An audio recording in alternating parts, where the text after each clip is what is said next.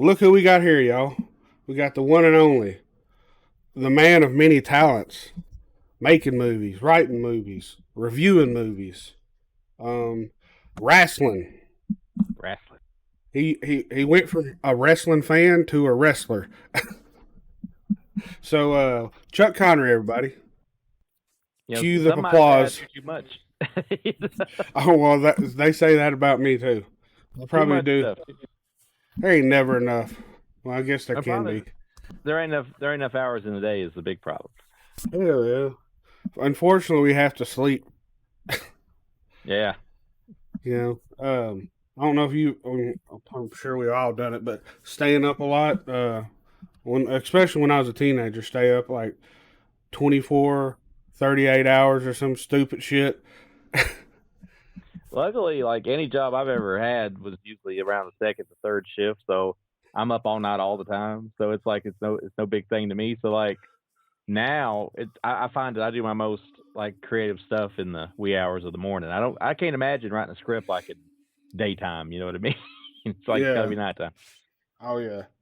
Um, you know, speaking of that, writing a script and stuff, I've been really since haunt season's over and I'm not going to haunts. I'm really going to start getting back on trying to finish up the paranormal activity. It's, I just gotta stick with it, man. It's hard for like if you start something and you kind of don't get it done, like you gotta marathon it pretty much because if you stop, it's hard to get Yeah. back going with it because that's why we don't have like we've been working on one movie Arbor Day for like 3 years. And Yeah. it's like we start it and then we stop it and then it's like I'd say it's 90% done. It's just a matter of we need to get me and Ryan need to get together and get it done. Yeah. Yeah. But it's crazy though. People like, in the 3 years, it's gonna be funny because what if someone drastically changes in 3 years? Like someone gets super skinny, or someone just gets blow the fuck up, or someone gets pregnant. Yeah, all right. I mean, it's bad enough when you do it like in a normal time period and people show up with different hair. Like we've had that Yeah. happen. It's like Like, you fuck. show up 2 weeks after you start filming and everybody's hair is different. It's like, well, what are we going to do? You know? Hey, but you can always throw it in there in the script if that happens. Like, you can have someone make fun of their haircut because they just went and got a haircut. But I guess that's kind of hard in the middle of a horror movie. Just all of a sudden, like, you had somebody chasing you, killing you, and all of a sudden your hair's cut. Yeah, like the one thing that bugged me is in Chicken Blood. Uh, we had like no real set schedule when we was filming that thing. So it was, Yeah, whenever you could film it, you filmed it. And in one part, it bugs me to this day to watch it because I go from like more of a full grown beard, like what you see now, to when I step on the other side of a door, it's like cut real thin around the sides, and it oh, bothers okay. me. But the kind of movie that was, where it was kind of like a tribute to like the '80s and '70s exploitation stuff, it kind of fits because if you watch those old school, grindhouse style movies, people's hair changes from one scene to the next. I even think like Tarantino was making fun of that in Kill Bill because if you remember, the bride's hair changes several times in Yeah, that movie. yeah. I think it's always fun if they can like poke fun at it. Use it or something like that. Like the movie. I don't know if you've seen the movie Black Collar. Have you heard of that movie? No, It's a low. I've not. I've heard of it, but I've not seen it yet. Yeah, this poster right here you can't really see, but anyways, there's one character in this movie, and something happened where the one guy couldn't do it, and they already had filmed some stuff. So another guy did it, and I think something fell apart with that guy. So they just every time each scene you see this guy, it's a different person doing it. So they ran with it and kind of made a joke of it. And his whole tagline is I can't remember the name, but he says, "I don't change for nobody." But every scene you see him in, it's a different person. They even goes to put a black guy in there. I've not seen that, but that's like an idea that I wish I had thought of because that's hilarious. Yeah, I can't remember the dude's name in the movie, but it was pretty funny because we was watching it and I was like, is that another guy playing that guy? And then the next thing you see him was like, holy shit! And then one time it's a fat guy. Oh, that's classic. Like I wish I would have thought of that because it's almost genius. Like that's just like shows a good example of using what you got and making out with it. Because sometimes you have to just go with what works or what you have. And I guess in their case, if you have a different actor, you got to go with a different actor. Yeah, you just make do with what you got, I guess, and then, like I said, run with it and just poke fun at it because it's a horror comedy, anyways. But Yeah, that's why I like making horror comedies because if something goes wrong, they're easy to kind of smooth out a little bit. Because in Screwdriver, I think Blaine's oh hair had man, changed, and so we just put in there. We put the little thing in there where she said she was getting her hair fixed to see like Giovanni's dad, just to smooth out why her hair is drastically different in the last part of the film. well that's good with you because I've seen some movies where people obviously didn't think of that. Uh, so you definitely got a genius going on, attention to detail and all that good shit. But hey, I was wanting to say though, Black Holler though, it's actually getting a DVD release after 3 years of it already being out through. I think it's shit. What's that one? The real low budget. It's not SRS. It's the other one. Wild Eye? Yeah, yeah. They're getting Wild Eye releasing is putting it out for them on DVD. Yeah, Wild Eye put out my first one, when it first came out, and then of course now SRS put out everything now. Yeah, I don't know which copy. Well, I guess you got the rights back. Is that why SRS has Morbid? Yeah, yeah. Like Okay. when I first went through Wild Eye, they had it for like the first 5 years, and then it went back to me, and then now luckily all my stuff's under the same roof right now, which is cool because like all the movies are on Tubi right now. You can watch for free. Oh yeah. Oh hell yeah. I think the only one I don't have is Door One. I got to get that one, but or am I don't know. I have to look. But do you have any copies left, or is it all through them right now? It's all through them right now. Like when we first did Door One, we did a very limited run, and Okay. we had like we sold out those quick, and I was happy we Yeah. sold out those quick. And then now like they did a limited Blu-ray, which I think it could be sold out. I don't know if it's still available or not, but I don't know how you feel about this stuff. But like the Blu-ray is a BDR, it's one of them burnt discs, that they Yeah. burn on demand. But the DVD that just came out is pressed. It's like a real press copy, if anybody prefers that. I'm pretty sure you've got a copy, right? You bought yourself one, huh? Yeah, yeah, I do have that. Like I think I have a copy of. Well, I have everything, but I don't have my original Morbid release right now because the last copy of that I had, unfortunately, got left at like an ex's house. So I don't know if I'll ever be reuniting with that. I may actually have to go online and buy me a copy of the Wild Eye version. But it is what it is. Well, hey man, do you know anybody that knows this person? Maybe they could sneak in and like, hey, can you go find my Morbid movie? You just Because sneak it out the house. yeah, do like fucking O.J. Simpson. Break What? in the Come on house to now. go. No, no, no, no, no. Look, look, look. How funny would that be? Like, only thing he stole was a copy of his own movie. Well, you see what they did to OJ. How long did OJ get for stealing his own stuff? Yeah, yeah, yeah, yeah. Don't do that. I think they doubled back and got him for the other stuff too while they were at it. Yeah. They're like, Let's go well, ahead we and let him tack it once on. the first time. He ain't getting away this time, motherfucker. Yeah, we got Apparently you he's now. yeah. Apparently he's big on Twitter now. He's like a big Twitter guy. OJ Simpson. I Yeah. have Twitter, and I used to when I first started my website. Twitter was big because that's where all the bloggers got together and they were like talking to each other and they'd share their stuff and everybody would react to it and everybody would talk to you and all that stuff. Now it just feels like it's kind of like peeing in the ocean. Now it's like you put out a tweet and nobody seems to react to anything anymore. It's not like the big source that it was, or at least it ain't been for me. A big source to get people to go to your website or whatever. I feel like Instagram works better now for some reason to get Oh people to go yeah. to your stuff. And two, I don't know if you noticed that everybody can use the link in your story now. Oh, I didn't know that. Yeah, yeah. Just when you go to the little thing to add like the mention or whatever, Mm-hmm. just scroll up a little bit, or it might just be right as you click on it, but it'll say linked, and you can add whatever link you want. Probably you can't add OnlyFans though. Yeah, I I don't don't have think one of those yet. Maybe in the future, but not right now.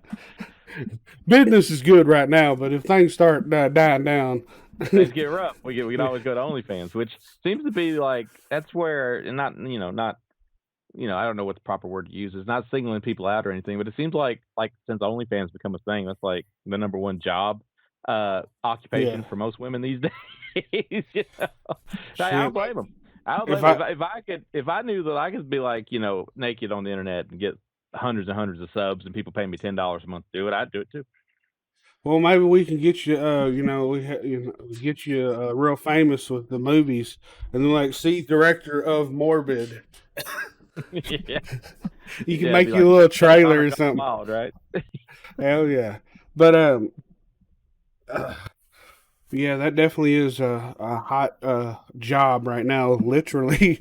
But this goes into wrestling talk. Enzo Amore has OnlyFans. I was It like, does surprise me. I didn't know I was that. like, this motherfucker, of course. But hell, come to find out, he only does it for like he records video of him. I guess like training wrestlers, and you just pay to kind of get trained, like tutorial videos or some shit. Oh, he took it and went a whole other direction with it. Yeah, that's what I was saying. I was like, well, hey, And then there's another guy. I don't know if you know of Charlie Classic. Yeah, I've heard of him. Yeah. Well, he puts his podcast on OnlyFans, and it's a podcast that you have to pay to listen to. See, I don't really know that guy that well. I've heard of him, and what I've gathered is he just takes like is he like a photographer? He just like takes photos of stuff. Yeah, that's where he started at, I think, as a photographer. Yeah.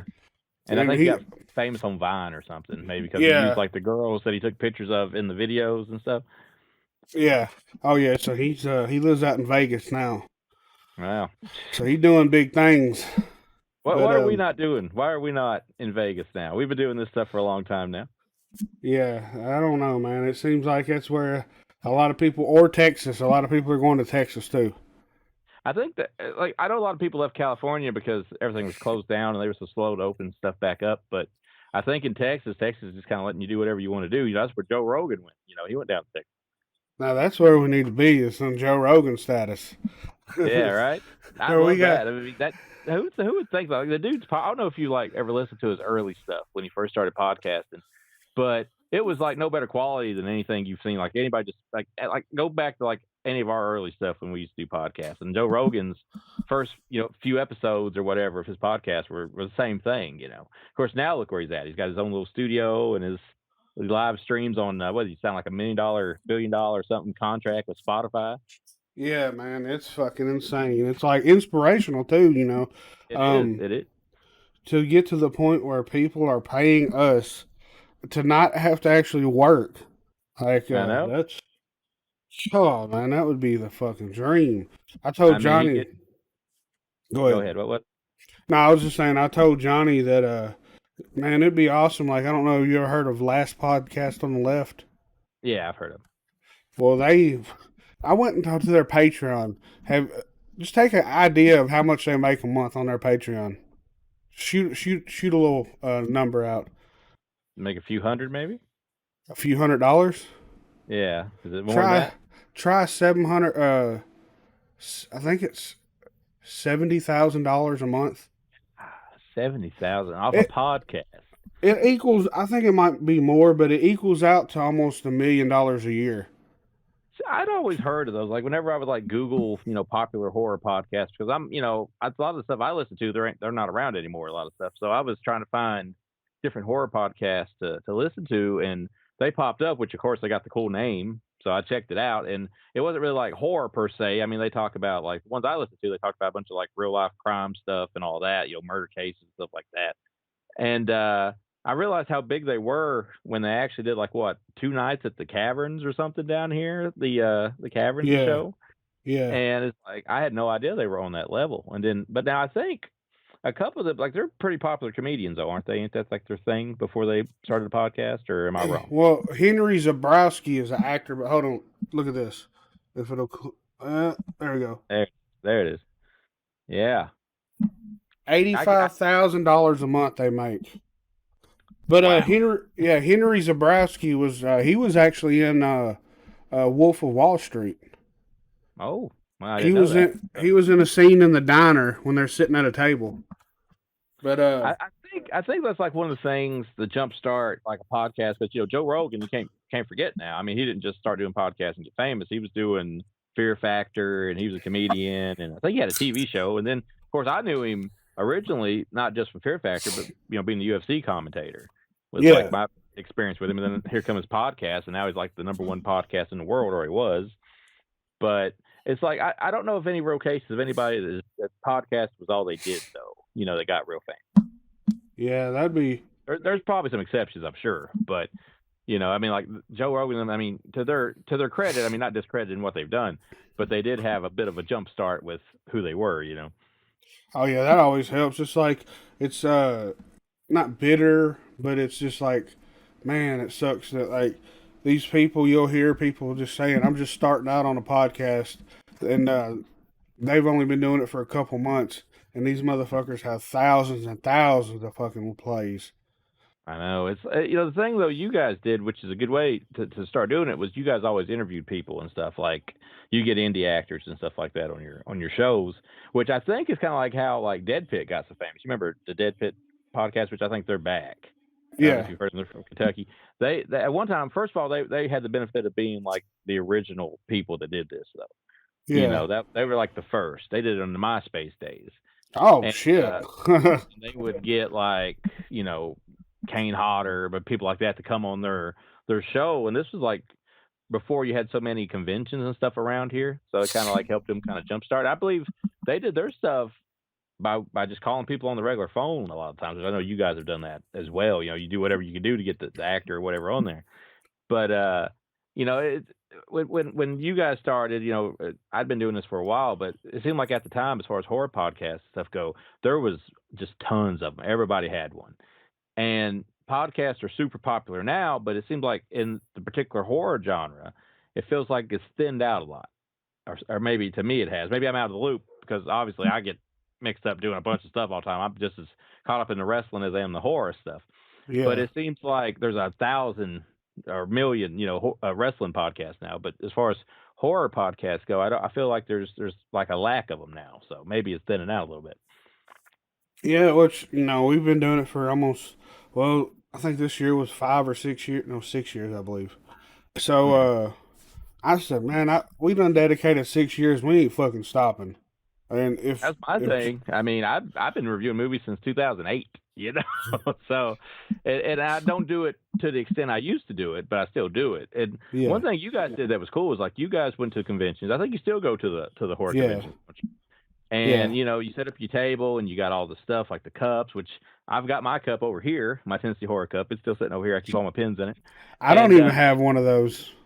I made sure like I didn't even drink out of mine. I just kept mine in mint condition, just kept pins in it. But stuff like that, it gets people to notice. And I wish I'd have done that. I only went one time to like the Tennessee or the Full Moon, horror convention with stuff, and that's with me and Goob, who used to do a podcast with me, and we used to just hand out like the flyers and stuff for the show, but we never actually had a table or anything. So you guys did really good when y'all did stuff like that. Yeah, that's all from me networking like a motherfucker. Like I got in, I became friends with Ben and all them, and he helped me with stuff on how to figure out how to do things and all this. So them good people right there, Ben and Stacy Dixon. Have you got to meet them? I met them. The only time I actually met them in person was I met them at the Chicken's Blood premiere. Yeah, okay, that's what I was thinking. My only experience with them before that was I used to get like press passes to go into the convention because I would try to interview people at the show and stuff like that. And I had talked to them, but I had never. Amber Alert just popped up on here. Are you still there? Oh yeah, I got it too. That's why I was like looking around. I was like, it popped up on my screen there. But yeah, I emailed him like previously and talked to him, but that was my first time I ever got to meet him in person and stuff. Was at the actual premiere. But I got his movie though. The was it Dark Harvest 2? Is it 2 or 3 that he did? Was I think it 3? It's 3. Yeah. Yeah. It was originally called something else, and then whoever bought it from him, Lionsgate. yeah, they changed the name, and it don't even have nothing to do with the first two. No, well, none of them have anything to do with each other besides having a scarecrow in them. But like, he got signed. His movie got picked up by Lionsgate back when like DVDs and stuff were selling all over the place. It was a big deal. So I imagine he got. I've never talked to him. I never asked him what he made out of that, but I feel like he probably got paid pretty good out of that at the time. I hope so. He because it's all percentages now. Like you might get a little bit up front and everything, but basically it's just like you get so and so of whole net sales and all that. And DVD sales obviously aren't what they used to be. yeah. But back when he did this, like that's when all the video stores were still around, and Lionsgate was like really the place to go for independent stuff at the time. Like Lionsgate put out like I think Murder Set Pieces and all that stuff back in the day. So it was a good time. You know, he did. I wish I'd have done movies at that time. you know, What movie company was it that Lionsgate bought? they That bought Anchor Bay. Anchor Bay. That's it. Anchor Bay is what used to put out a ton of like indie movies, right? Yeah, well, they before that they first originally they were kind of like the Scream Factory of their time Yeah. because they were putting out like Dawn of the Dead, and they were putting out all the Argento movies and all the cool horror stuff. Halloween, all that was put out by Anchor Bay for the most part. And then of course they uh, were bought by Stars, and that changed everything. And then Lionsgate bought all that, so Lionsgate took it all out. But I don't think Anchor Bay. I don't think they're around at all now, as far as I know. I could be wrong. Yeah, it pretty much just absorbed their catalog, probably. Yeah, because Lionsgate like put out some. I think they put out like a Halloween 4K a few years ago before the new one. Obviously, it was when 4K was first a thing, and Lionsgate put out like Evil Dead 2, and Halloween on 4K, and those were Anchor Bay titles at one time. Yeah. Okay. Yeah. I remember Anchor Bay a lot. I think I don't know if no, it wasn't that. I was thinking, was it Hatchet that was on Anchor Bay, but I don't believe It it was, was. yeah, Was it it? was, yeah. Okay. And the original Hatchet was. And you might remember like some controversy years ago. They put out the Sleepaway Camp DVD box set that had the like what was it? It was like it had like a logo on it. It had like the first aid type logo on it. And Red Cross, it was a Red Cross logo. Oh, And they got okay. in trouble, and it got recalled, and they had to put out another version that had the Red Cross took off of it. So they thought it might be like American Red Cross. Yeah, I reckon it got some attention of the wrong people, and they ended up having to like discontinue it and put it out. Of course, at one time I had it, and I think it was kind of pricey at one time to even find that because of it being limited. But with all the Blu-rays and of course the Scream Factory Blu-rays of Sleepaway Camp, I don't think it's as valuable now as it was. Yeah, man. Well, obviously you see a lot of the press releases. Um, Everybody is putting out Blu-rays and stuff or another limited edition. It's like, man, how many can they do? How much footage do they have that they can make different or whatever?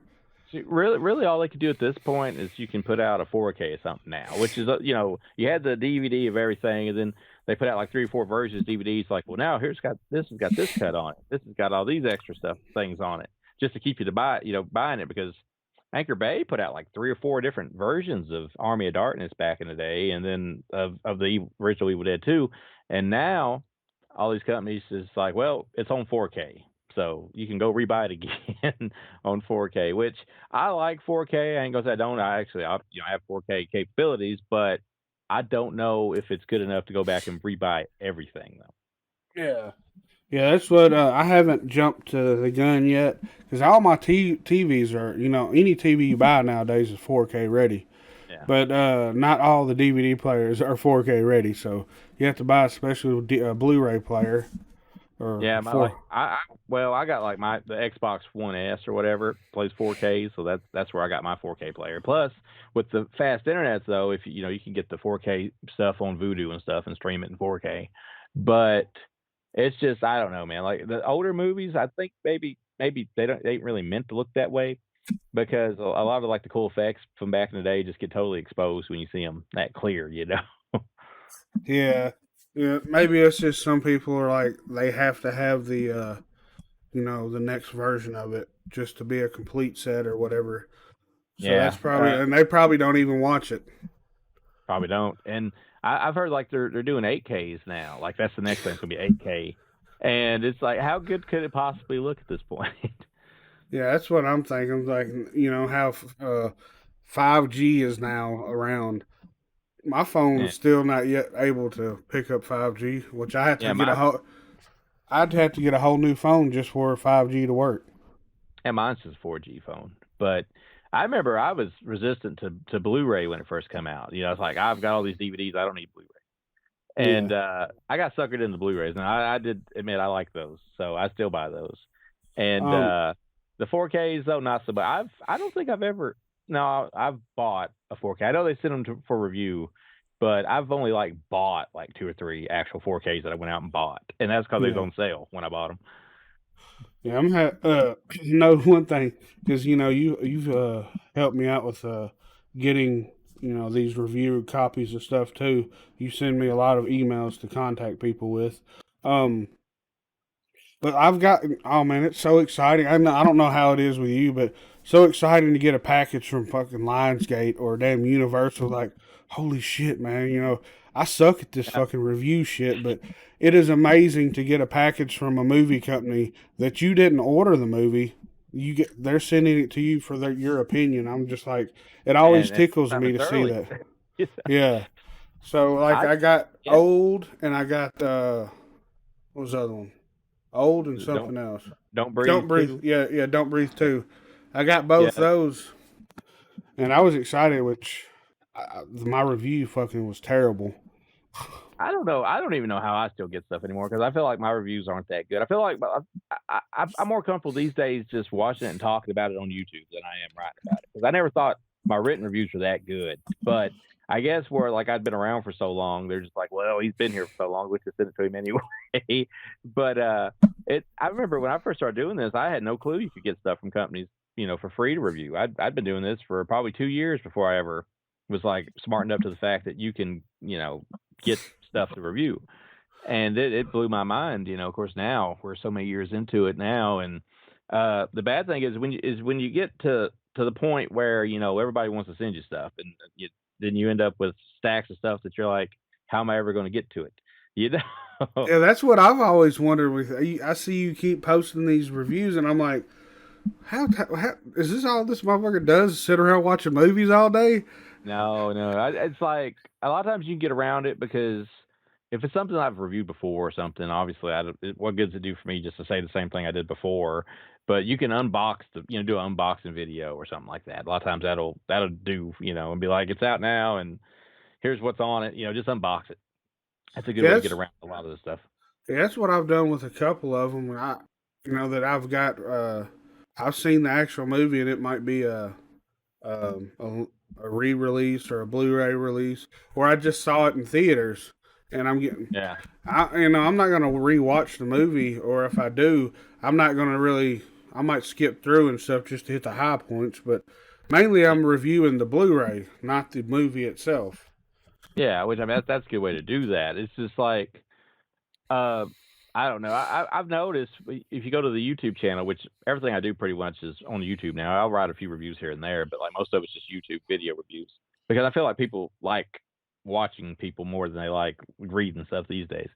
But what I was getting at though is whenever I do like an unboxing video, sometimes like I get stuff from Arrow and I'll just unbox it and be like, here's the poster and all this stuff that comes with it.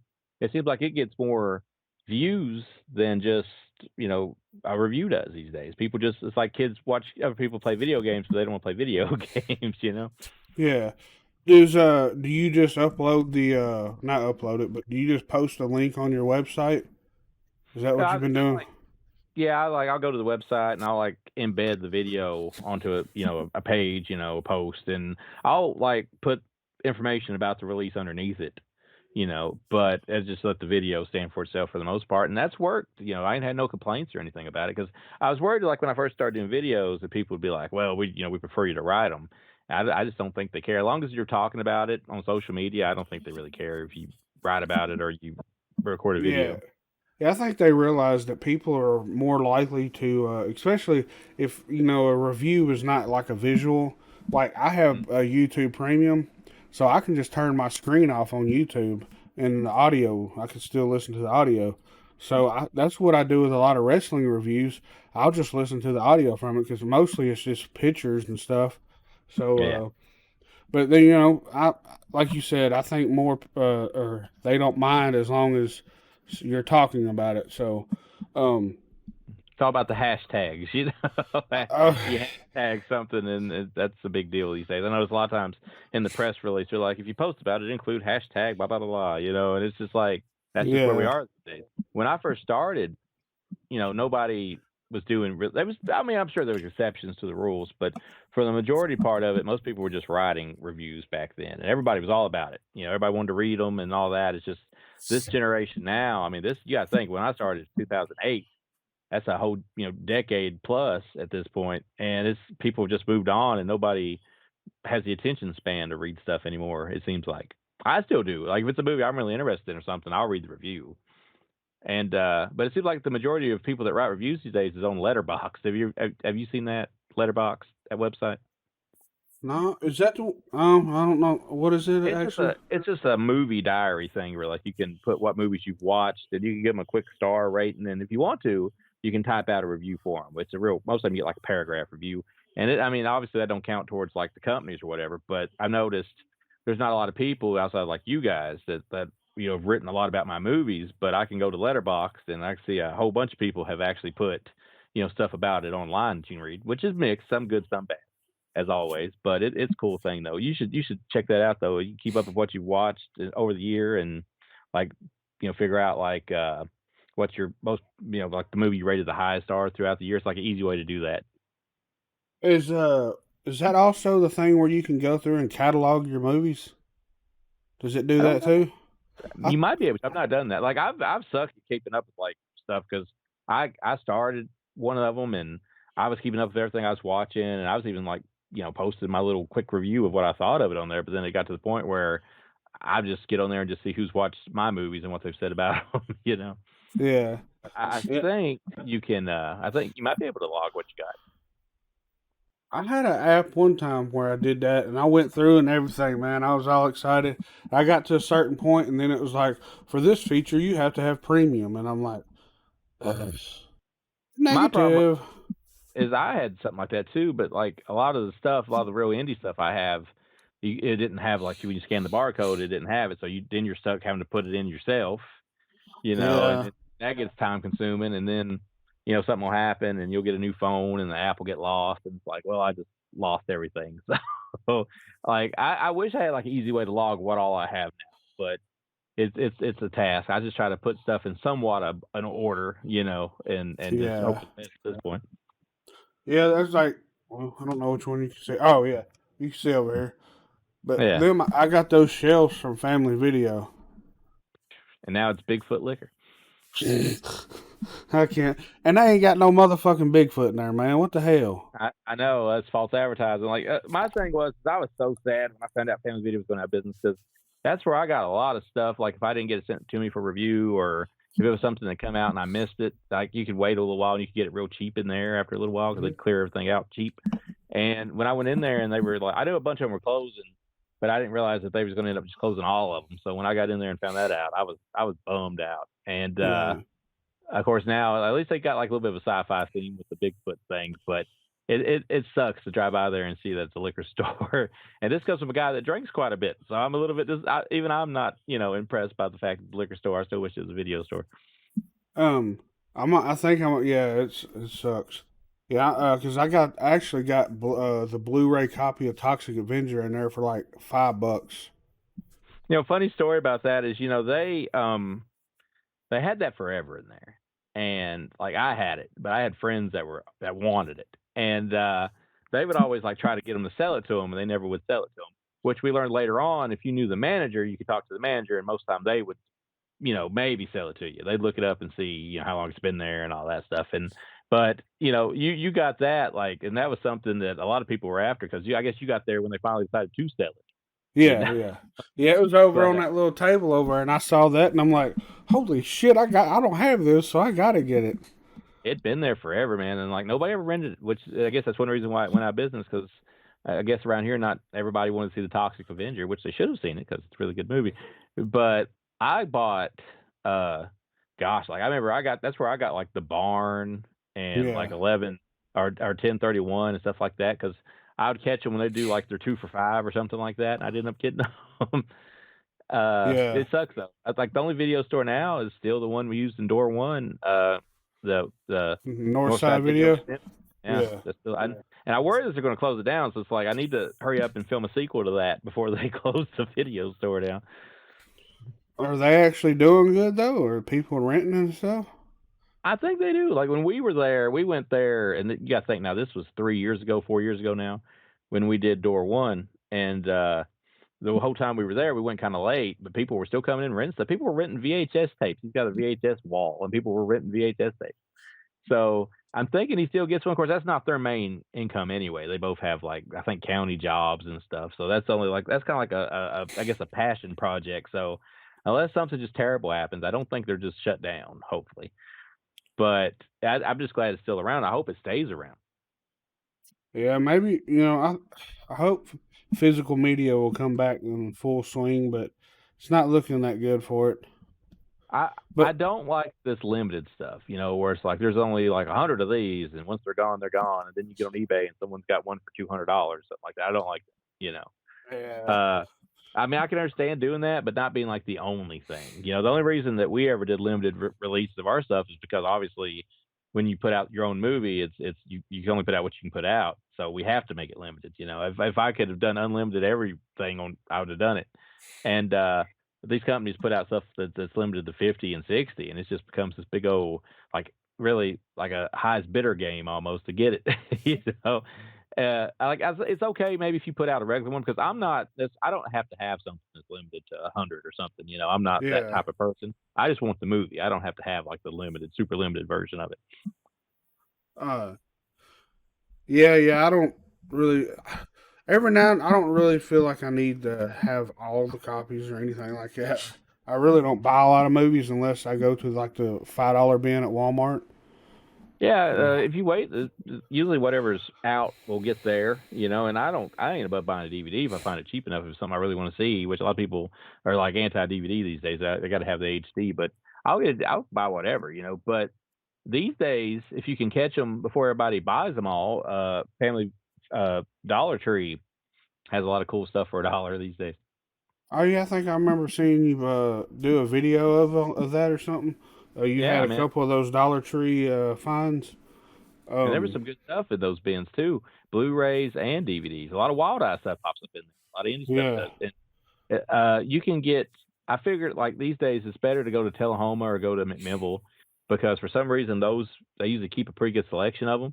But it seems like I don't know if there's like certain individuals or what that do this, but when you go to the one down here in Manchester, it's just always like they'll put them out, and by that night or the next day, all the Blu-rays and stuff are gone. It's like somebody just goes there and just buys them all up. Yeah, they probably buy them up and sell them somewhere else or something. That's what I'm thinking. What was I going? I was gonna say something else. Now I done forgot.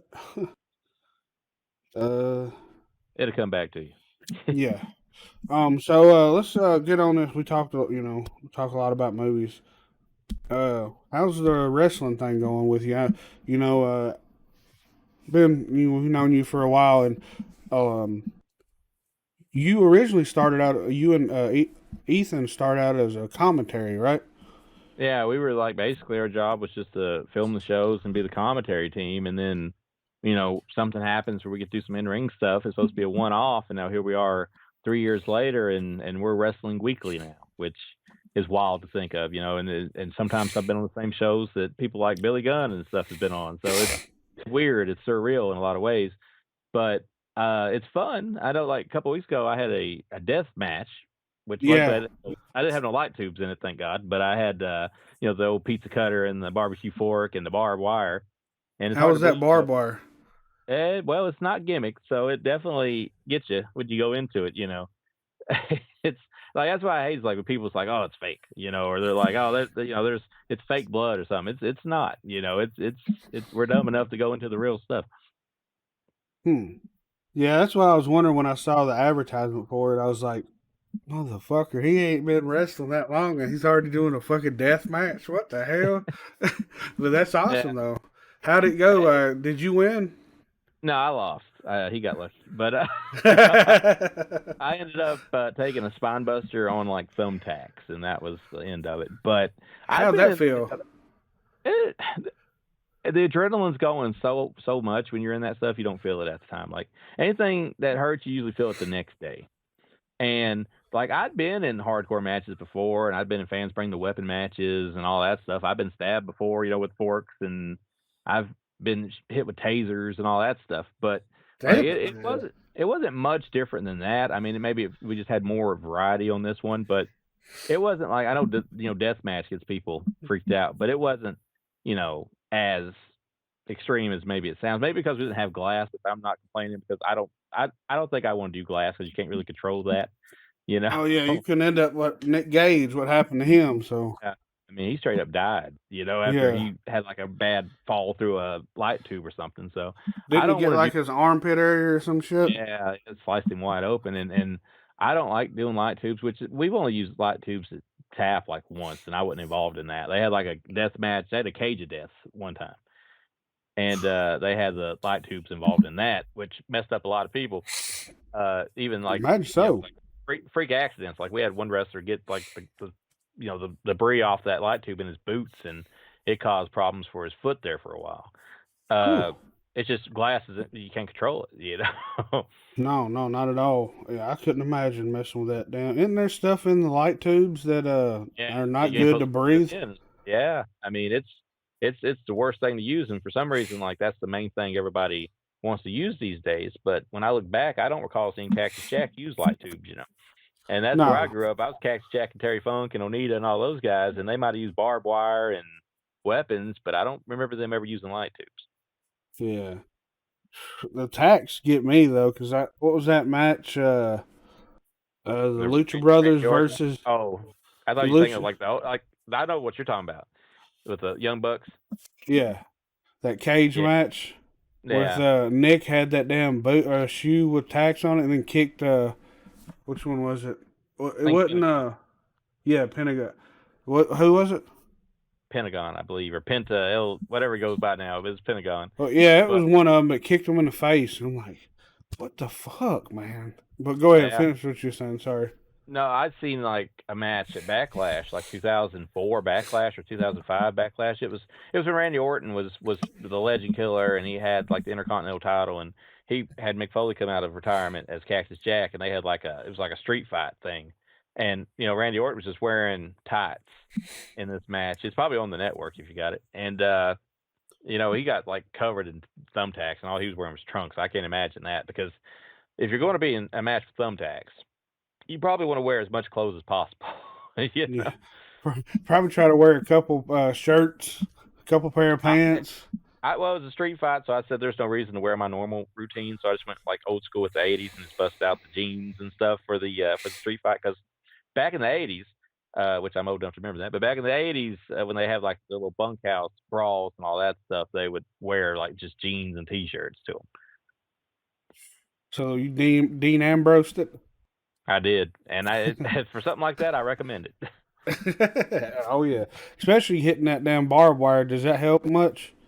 It does. I mean, like the pants, I wore jeans, so that was real good for that.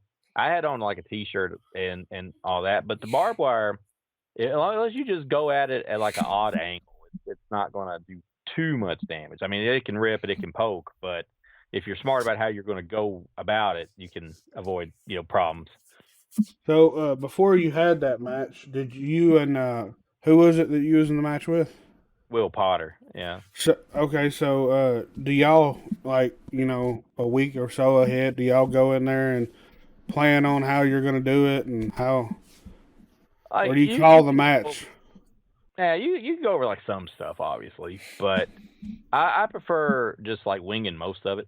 Like I don't care, like to have a few things laid out. Which some guys in the business, they want to lay out the start of the match to the end of the match, and I don't like doing that. I like to leave it room for improvising if you have to.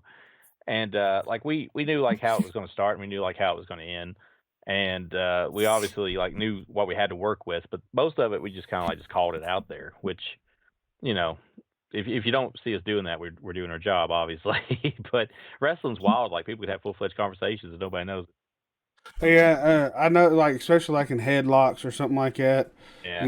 You probably keep your head. I noticed some people kind of keep their head down. I guess they're whispering in their ear and all that. But And It's plus, pretty. like usually, if the crowd is into it, you can talk and nobody realizes you're talking. You know, as long as you don't like, you got to ventriloquist it. You know, you can't like just be moving your mouth, obviously. But Oh yeah, yeah. Or you it can was, just be that one that's down the hill. Maybe it's talking shit in his ear, but or yeah, something. yeah, and you know, there's ways to let people know like what's coming. You know, obviously, because for the most part, if you're sending somebody into a rope, you know, and they're coming back at you at a full force, you kind of want to know what you're going to be hit with. You know, so Yeah. it's always good to Um, let them know. and I'm sure y'all probably have just one word thing, so you ain't got to sit there and armbar or And it's like and body movements too. Like there's ways you can move, like little certain pats or stuff like that that kind of lets people know what's coming too. Which it's weird. Like there's a whole lot into it, but when you're in the business though, it kind of makes it interesting when you go back and you watch regular wrestling because you can kind of pick up on what's going on now. yeah. You know what? Stuff you I'm never just noticed. yeah. As I'm sitting here thinking about playing. I guess they call will they call it out? Will they call it calling it out in the ring or something like that? Yeah, yeah. But like it made me think of some botches on AEW or just any wrestling really, where someone would get hit in the gut and they would be bent over close to the corner and like Hmm. they sit and they wait too long and I'm like and you see them looking up at the person on the top rope and I'm like, are you, anybody in their right mind would not believe that because Hmm. Yeah, you can have like stuff, obviously, misinterpretations and stuff. I've told somebody to duck a clothesline before, and when they came, or not duck clothesline, like told them a clothesline was coming, and they somehow misheard me and thought I said duck it, and I've ended up catching them right in the face with it before. golly, oh man, that You would just kind suck of because you just pick them up and you say sorry, and you just go on. so luckily, have y'all you haven't or Ethan y'all haven't really y'all never got hurt right like where you had to be out.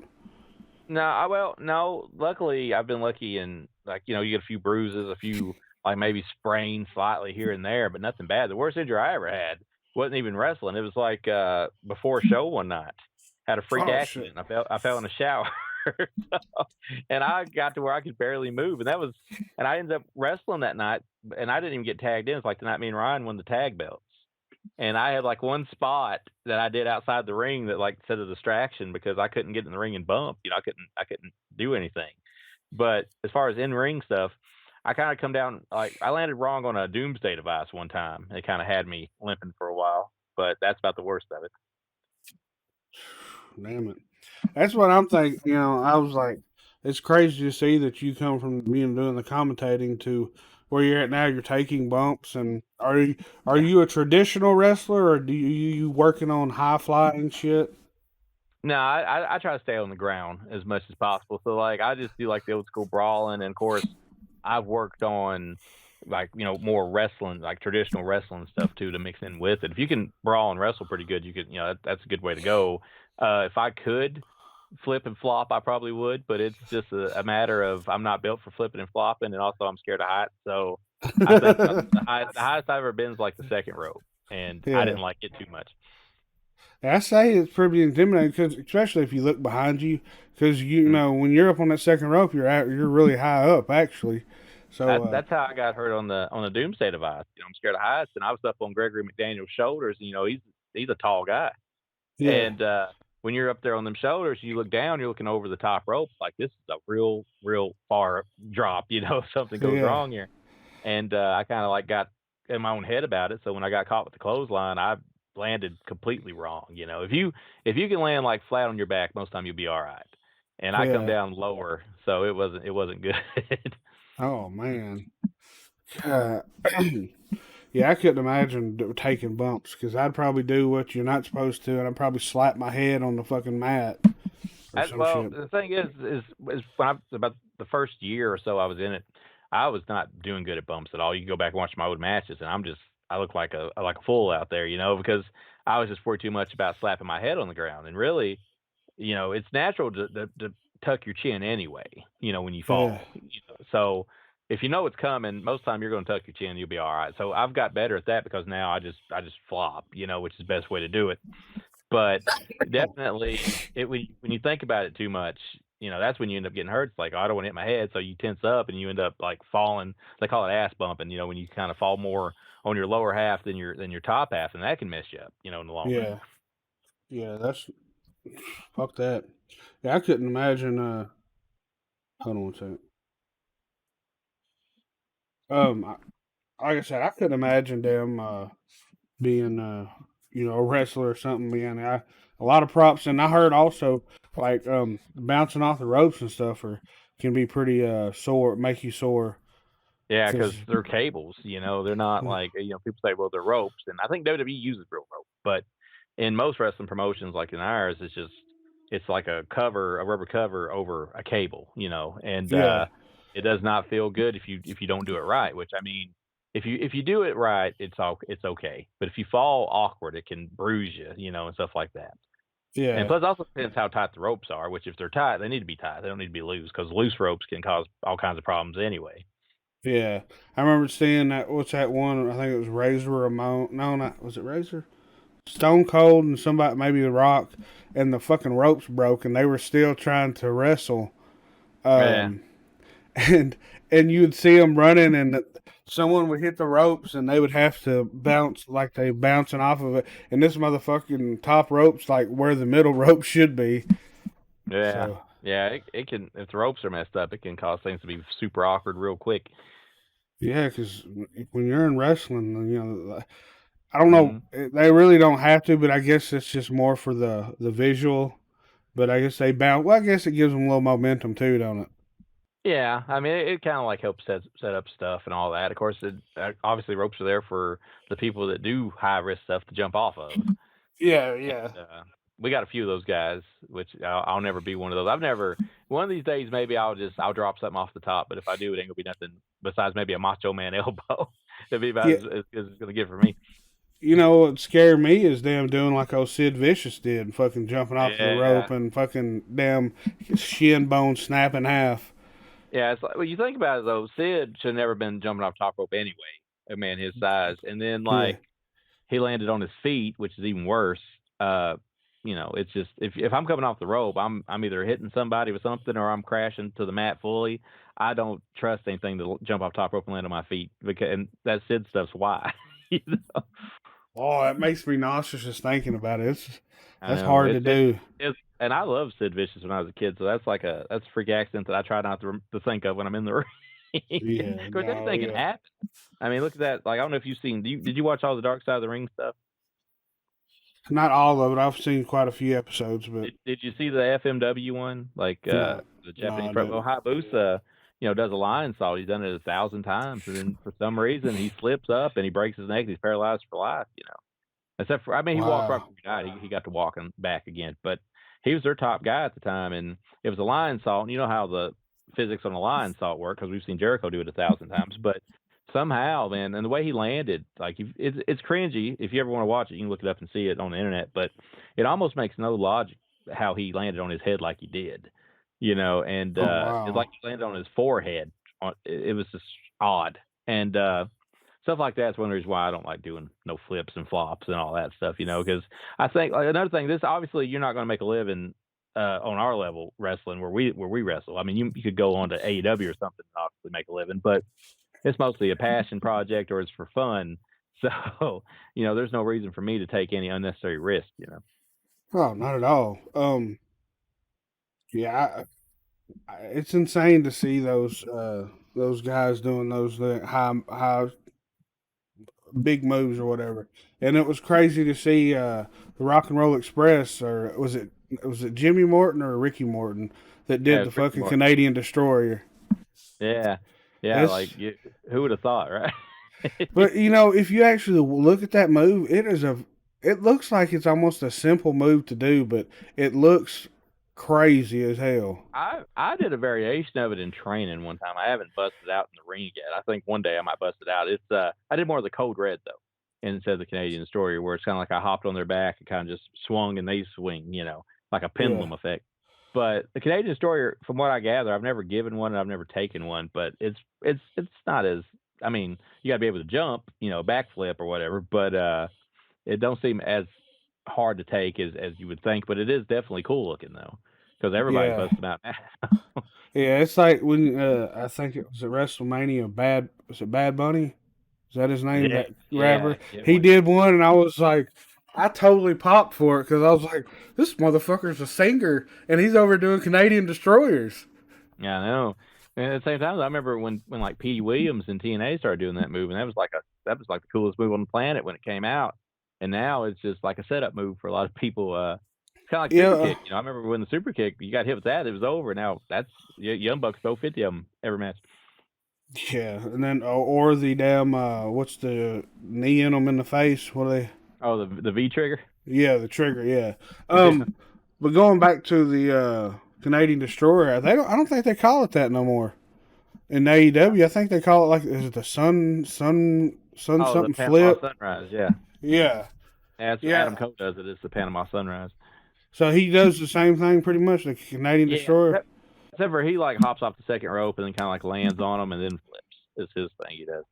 Oh, He okay. does like he lands off in like a power driver position off the second, then does the flip. And I mean, it just adds a little extra thing to it. It's cool though. I mean, it's Adam Cole's a lot better than they give him credit for. A lot of people, I was surprised when he left WWE, but I guess with him being as good friends as he is with the Bucks and all of them, it's not too big of a surprise. Yeah. I like you watch BT. Yeah, I watch it every week. Yeah. Oh, yeah.